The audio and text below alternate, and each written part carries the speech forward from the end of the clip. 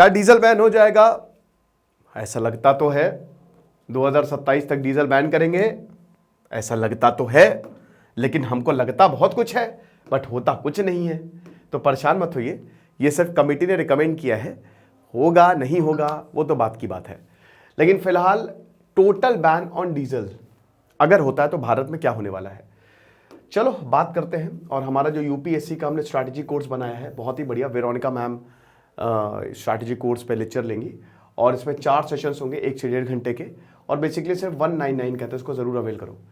तो government panel ये बोल रही है कि 4 व्हीलर को 2027 जो डीजल से चल रही हैं उसको बैन कर दो।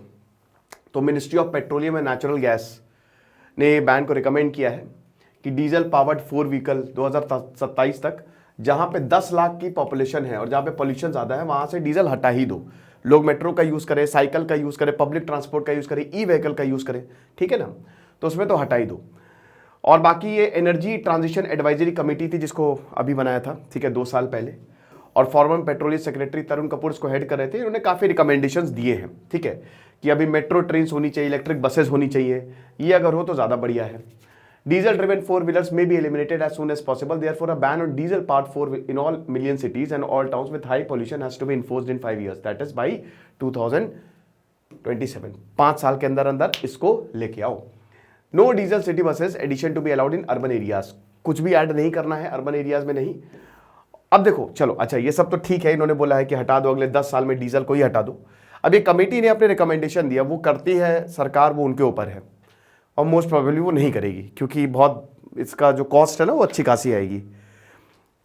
डीजल क्या है, पेट्रोल क्या है? डीजल में अपना करियर बना लो, मतलब डीजल में करियर बनाने का मतलब ये है कि एनर्जी सेक्टर इस समय भारत का सबसे बूमिंग सेक्टर है, इसकी कमी है एनर्जी को, आपको पता है ना। भारत ने 80 से 90% एनर्जी, हम फ्रांस और भारत का कंपैरिजन करते हैं, फ्रांस वर्सेस इंडिया, भारत अपनी 80% एनर्जी जो है वो बाहर से मंगाता है, पेट्रोल, कोल, डीजल के फॉर्म में, और हम जो फ्रांस जो है वो 90% एनर्जी जो है वो न्यूक्लियर से जनरेट करता है, क्लीन एनर्जी जनरेट करता है, ठीक है। तो हम जितना ज्यादा एनर्जी डिपेंडेंट होते जाएंगे उतनी दिक्कत। ऊपर से नरेंद्र मोदी ने 5 कमिटमेंट कर दिए कि 2070 तक तो हमारा पॉल्यूशन खत्म, हम कार्बन न्यूट्रल हो जाएंगे। बहुत सारे, ये कई बार हमने बात भी की है, तो अब उस कमिटमेंट को तो फुलफिल करना है। आप तो एक बार जो मैंने कमिटमेंट कर दी उसके बाद तो मैं अपने आप की भी नहीं सुनता, लेकिन ये कमिटमेंट बहुत जरूरी है वरना हम बचेंगे नहीं। देखो, पहली बात तो सोचो, इंसान की कुछ औकात है नहीं, ठीक है, प्लैंक्स लिमिट, हबल लिमिट के बीच में हम कहीं आते हैं। अब देखो, क्लाइमेट चेंज की बात क्यों हो रही है, ये जितने भी लोग हैं ना, इनकी ये गए, ये ज्यादा जीने नहीं वाले हैं। जो बहुत बड़े बड़े पॉलिटिशियन है, 70, 75, 60 साल के हो गए हैं, इनको क्या फर्क पड़ रहा है भाई? देखो, मरेगा तो इंसान, धरती को क्या, धरती तो चलती ही रहेगी, हम खत्म हो जाएंगे, कोई दिक्कत नहीं है। धरती तो अपने हिसाब से चल ही रही है ना, धरती गर्म और धरती को थोड़ी ना कोई फर्क पड़ रहा है, ये प्रकृति ऐसी ही चलती है। तो हम उस वक्त से चुटकी घुमानी है उसको, हम खत्म, तो मरेंगे हम, ठीक है। तो इसीलिए ये जो ग्रीन हाउस गैसेस, इसको एलिमिनेट करना बहुत ज्यादा जरूरी है, इस समय ये नीड ऑफ द आवर है, ठीक है। तो अभी पैनल बना और पैनल ने यही बोला है कि अब डीजल को खत्म कर दो। अब डीजल की बात करते हैं। डीजल और पेट्रोल हाइड्रोकार्बन है, CH, ऑक्टेन नंबर आपने सुना होगा, मॉलिक्यूलर स्ट्रक्चर लगभग सेम ही होता है, लेकिन long chain of carbon atom होती है। बट यहां पे फर्क है पेट्रोल और डीजल में। अब मैं मॉलिक्यूल या केमिस्ट्री में तो इसकी नहीं जाऊंगा, लेक्चर बहुत ही लंबा हो जाएगा, और इसकी बात कई मैंने बात भी की है, ठीक है, केमिस्ट्री की, कैसे पेट्रोल और डीजल अलग होते हैं। फिर से मैं आपको रिवाइज करा दे रहा हूं, डीजल ने कि पेट्रोल। देखिए, डीजल कार ज्यादा एक्सपेंसिव होती है, आपको बता दूं, जो डीजल गाड़ियां है ना वो महंगी मिलती हैं। क्यों महंगी मिलती है?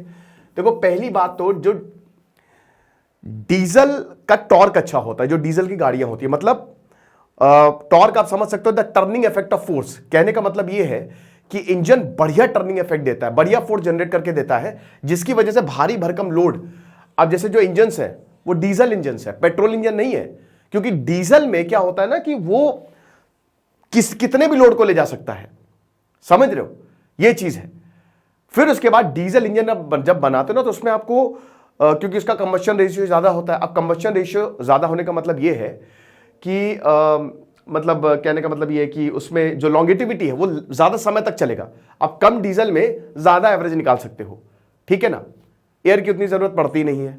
अच्छा, इंजन्स कैसे काम करते हैं इस पे मैंने पूरा सेपरेट लेक्चर बनाया है कि आखिरकार डीजल पेट्रोल इंजन, जो 2 स्ट्रोक 4 स्ट्रोक इंजन कैसे काम करते हैं, बहुत शानदार तरीके से मैंने समझाया है। डिस्क्रिप्शन बॉक्स में मैं लिंक दे रहा हूं, उसको आप देख लीजिएगा, ठीक है ना।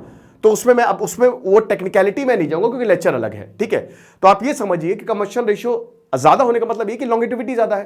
भाई 10:1 का कंबशन रेशियो यानी कि मिनिमम को कितना मतलब वो जो कॉन्ट्रैक्ट होता है और एक्सपैंड होता है, बेसिकली यही है कि कितना वॉल्यूम जो है, जब भी वो स्ट्रोक आता है एक पिस्टन का, तो कितना वॉल्यूम उसने लिया और कितना फिर उसने ऑक्यूपाई किया, उसी को डिवाइड करके कंबशन रेशियो निकाला जाता है ना। और ऊपर आपका फ्यूल इंजेक्टर होता है, वो फटाक से तो पेट्रोल छिड़केगा या फिर आपका डीजल छिड़केगा, और उसी से स्पार्क प्लग जो होता है वो कनेक्ट होता है, जो कि इग्नाइट करता है बेसिकली। तो यहां पे जो है ना वो डीजल बाजी मार लेता है। Diesel engine comparative to petrol engine ज्यादा एफिशिएंट होते हैं और वो ज्यादा दिनों तक और ज्यादा एवरेज आपको देंगे। इकोनॉमी के लिए भी डीजल सस्ता है। डीजल सस्ता क्यों है? देखिए, एवरेज भी ज्यादा मिल रहा है आपको, और हाईवे पे डीजल कार बहुत बढ़िया होती है, ठीक है, बहुत जबरदस्त, मजा आ जाती है चलाने में। टॉर्क ज्यादा प्रोड्यूस करता है ना, तो जब टॉर्क ज्यादा प्रोड्यूस करता है तो भारी चलती है कार। ये एक जीप कड़ी मेरी थाने में, अब मजा आती है। तो डीजल बेसिकली ये होता है। तो अब इसमें डीजल के ड्रॉबैक्स भी होते हैं क्योंकि डीजल मॉडल जो है वो महंगे आते हैं। अच्छा, एक चीज, एक सवाल मैं आपसे पूछता हूं, आखिरकार डीजल सस्ता क्यों है पेट्रोल से? क्या आप इसका जवाब मुझे बता सकते हो? चलो मैं इसका जवाब आपको लेक्चर के लास्ट में दूंगा, ठीक है। ओए रवि, अगर मैं भूल जाऊं तो मुझे याद दिला देना, इसका जवाब देना है। तो ठीक है, तो डीजल और पेट्रोल, डीजल सस्ता क्यों है पेट्रोल से, ये लेक्चर के लास्ट में मैं बताऊंगा। तब तक आप कयास लगाते रहो, आखिर why it is possible. Product cost of production ऐसा नहीं है कि डीजल को निकालने में जो कॉस्ट है वो कम है, नहीं, दोनों ही सेम है, ठीक है। पेट्रोल डीजल एक ही पैमाने पे खड़े हैं। जितना पैसा पेट्रोल को निकालने में खर्च होता है उतना ही पैसा डीजल को निकालने में। फिर वो क्या चीज है जो डीजल को सस्ता कर देती है, बात करेंगे। तो अभी अगर हम बात करते हैं तो diesel accounts 40% of the Indian petroleum product. जो जितने भी पेट्रोलियम प्रोडक्ट है ना, आधे से ज्यादा डीजल से चल रहे हैं। अब देखिए, गैस की अगर बात करें तो गैस का कंजप्शन हमको बढ़ाना है, ठीक है।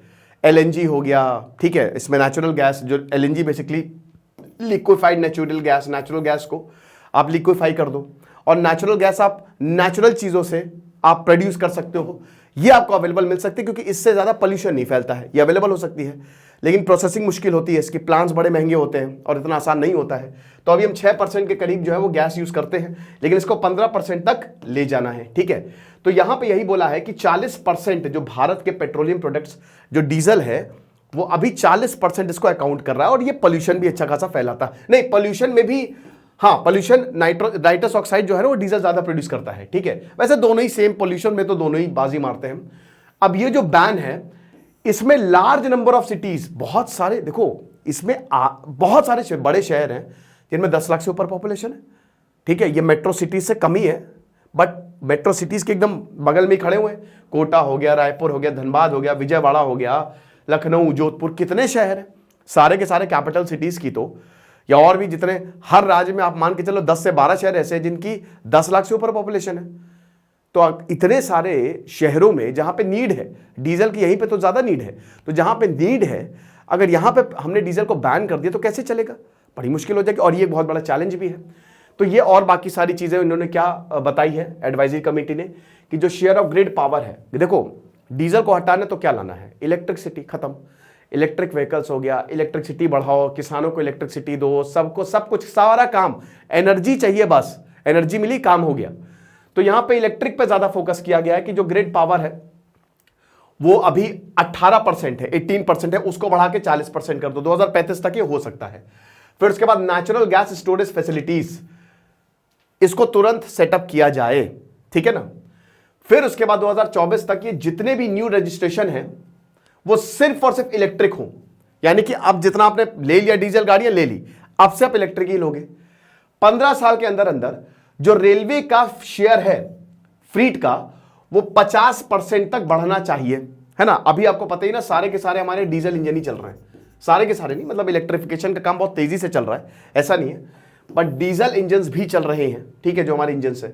फिर उसके बाद एलएनजी का ज्यादा यूज करो, ब्लेंड एलपीजी अल्टरनेटिव भी आप यूज करो, कंप्रेस्ड बायोगैस हाइड्रोजन, जिससे पोल्यूशन बहुत ही कम फैलता है। ये सारी चीजों को आप यूज करिए। मारुति ने तो 2020 से ही अपनी डीजल गाड़ियां बनाना बंद कर दिया, लेकिन महिंद्रा, किया, टोयोटा मोटर, इनोवा क्रिस्टा, ये सब अपनी डीजल गाड़ियां लाते हैं और इनकी डीजल गाड़ियां जो हैं वो महंगी भी मिलती हैं, ठीक है। लेकिन अभी ये बता रहे हैं कि इनकी जो कैपेसिटी है अभी 1.5, अभी ये 1.2 लीटर तक लेके आए हैं, 1.5 लीटर नहीं। जितना ज़्यादा कैपेसिटी होगी उतना डीजल ज़्यादा आप यूज़ करेंगे, ठीक है। तो अभी ये 1.2 पे लेके आए हैं, बोले कि भैया हम धीमे धीमे कम कर रहे हैं और कोशिश करेंगे इंजन को एकदम खत्म ही कर देंगे, ये चीज़ है। अब प्रपोजल के साथ इशू ये क्या है, सबसे पहले तो खाली प्रपोजल दिया है, बस बताया है कि ये होना चाहिए। अब ये कैसे होना चाहिए ये नहीं बताया है, इसके लिए क्या ब्लूप्रिंट रहेगा, कैसे हम इसको इंप्लीमेंट करेंगे, इसका कोई जिक्र नहीं है, ठीक है। तो अब प्रैक्टिकल है इंप्लीमेंट करना, क्या वाकई में ऐसा हो सकता है। देखिए होता क्या है ना कि अभी हमारी पूरी इकोनॉमी मतलब बहुत कुछ डीजल से चल रहा है, बहुत कुछ। तो इसीलिए कितना प्रैक्टिकल होगा और भारत की इकोनॉमी को कितना लॉस होगा ये भी।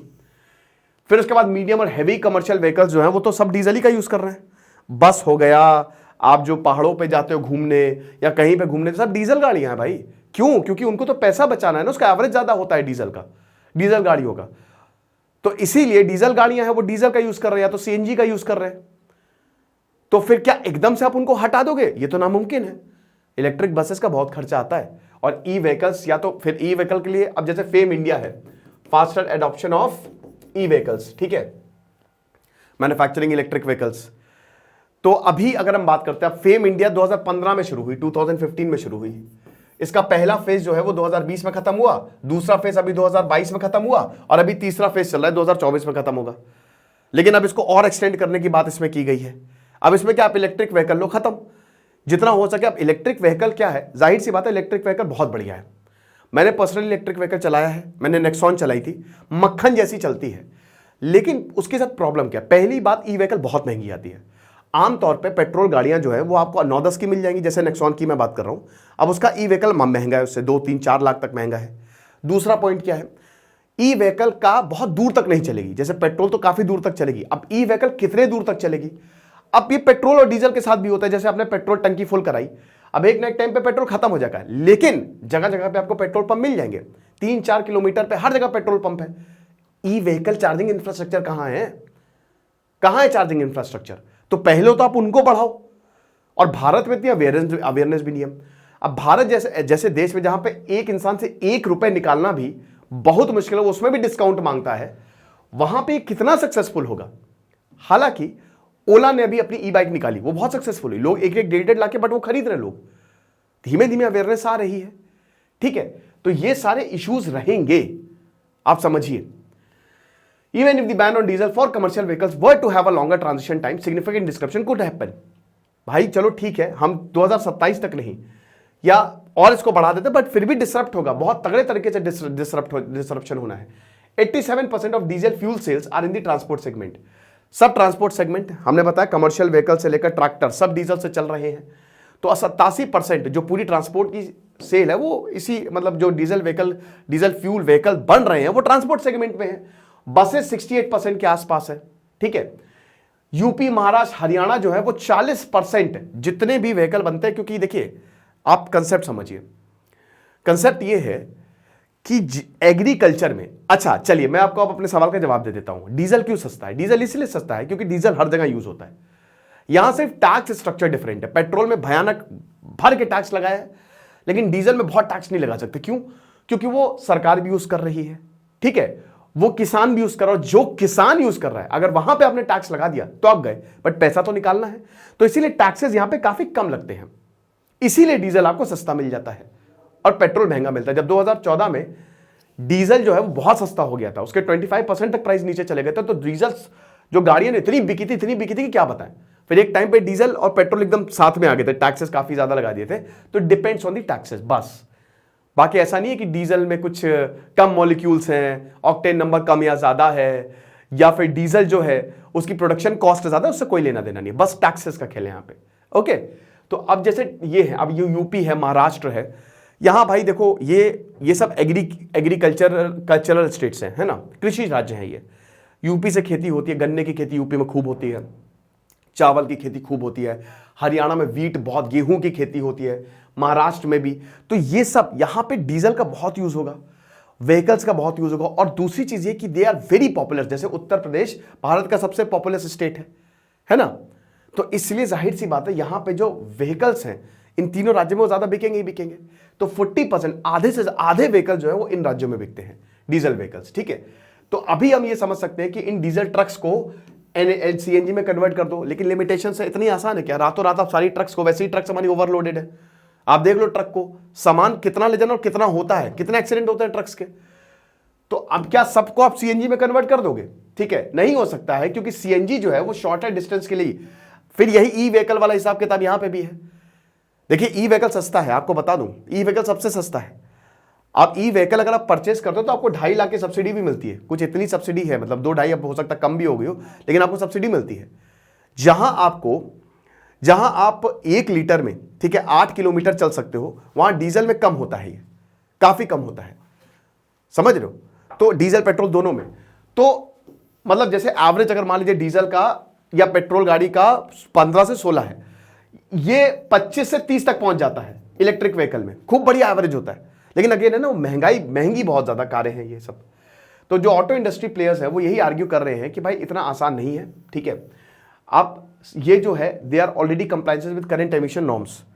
हम ऑलरेडी बहुत ही, जो अभी जैसे BS6 वाला जो अभी एमिशन है, BS4 गया, अब भारत स्टेज 6 इंजन आ गए, ये इस पे मैंने कई बार लेक्चर भी लिया है। तो वैसे ही आपने एमिशन नॉर्म इतनी लगा रखी है, हम इस पे कंप्लाई करना है, अब फिर आप बोल रहे हो कि डीजल को हटा दो, तो ये सही नहीं है, ठीक है। ड्रॉबैक्स हमको पता ही है कि हायर कंप्रेशन रेशियो होता है डीजल इंजन का, मतलब यहाँ पे इंक्रीज्ड एमिशंस ऑफ ऑक्साइड, मतलब नाइट्रोजन ऑक्साइड ज्यादा मिलता है, बस आप इतना समझ लीजिए, जिसकी वजह से पोल्यूशन जो है वो ज्यादा होता है यहाँ पे, ठीक है। तो ये चीज है। अब पेट्रोल, ये भी है कि जो पेट्रोल व्हीकल्स है, भाई देखो सिंपल सी बात है, पेट्रोल व्हीकल्स को भी चाहिए BS6 का अपग्रेडेशन, लेकिन देखिए BS6 में जो चीजें लगती है ना, जितनी भी चीजें होती हैं वो बहुत ज्यादा हैं, वो इतना आसान नहीं है। चैलेंजेस आप देख ही सकते हैं कार मेकर्स और ऑयल कंपनीज के लिए, इन्होंने अच्छा खासा ट्रांजिशन BS6 पे इन्वेस्ट कर दिया है। अब जितना भी इन्वेस्टेड है वो खत्म हो जा सकता है कि अगर ये इंप्लीमेंट हुआ। आपने पहले बोल दिया BS4 से BS6 पे जाओ, अब उसमें इंजन बदला, पूरा का पूरा इंजन बदल दिया। अब उसमें अच्छा खासा पैसा लगता है बेटा, क्योंकि बहुत सारी चीजें लगती हैं, क्योंकि आपको पॉल्यूशन कम करना है। अब आप बोल रहे हो कि अगले 5-10 साल में डीजल ही बैन कर दो, तो ये क्या पागल है? इनका कितना लॉस हो जाएगा कार मेकर्स का, ये चीज है। अब उसके बाद 2 व्हीलर और 3 व्हीलर सेगमेंट का क्या? अब यहां पे बोल रहे पब्लिक ट्रांसपोर्ट बढ़ाओ, देखो हमको ये करना पड़ेगा, डीजल और पेट्रोल को बैन करना ही, बैन तो नहीं, ban is not the solution, किसी भी चीज का बैन तो सोल्यूशन नहीं होता मेरे हिसाब से। लेकिन अगर हमको अपने प्लैनेट को बचाना है तो ये टफ डिसीजंस लेने पड़ेंगे, वरना तो हम गए। कमर्शियल व्हीकल्स की बात करें जहां पे डीजल पेनिट्रेशन काफी ज्यादा हाई है और अल्टरनेटिव फ्यूल ऑप्शन जो है वो कम अवेलेबल है, तो वहां पे इस तरीके के ऑप्शंस कितने ज्यादा फिजिबल होंगे ये भी नहीं समझ में आ रहा है। रिप्लेसमेंट की बात करें तो LNG CNG ये सब ने बोला है, लेकिन अगेन बात वहीं आ जाती है कि रिप्लेसमेंट में भी अच्छा खासा पैसा खर्चा होगा। तो फिलहाल ये सिर्फ और सिर्फ अभी एडवाइस किया गया है, अब ये होता है नहीं होता है वो तो हम बाद में देखेंगे। UPSC का हमारा जो स्ट्रैटेजी कोर्सेज को आप जरूर अवेल करें, आपको बहुत ज्यादा फायदा होगा। Thank you so much.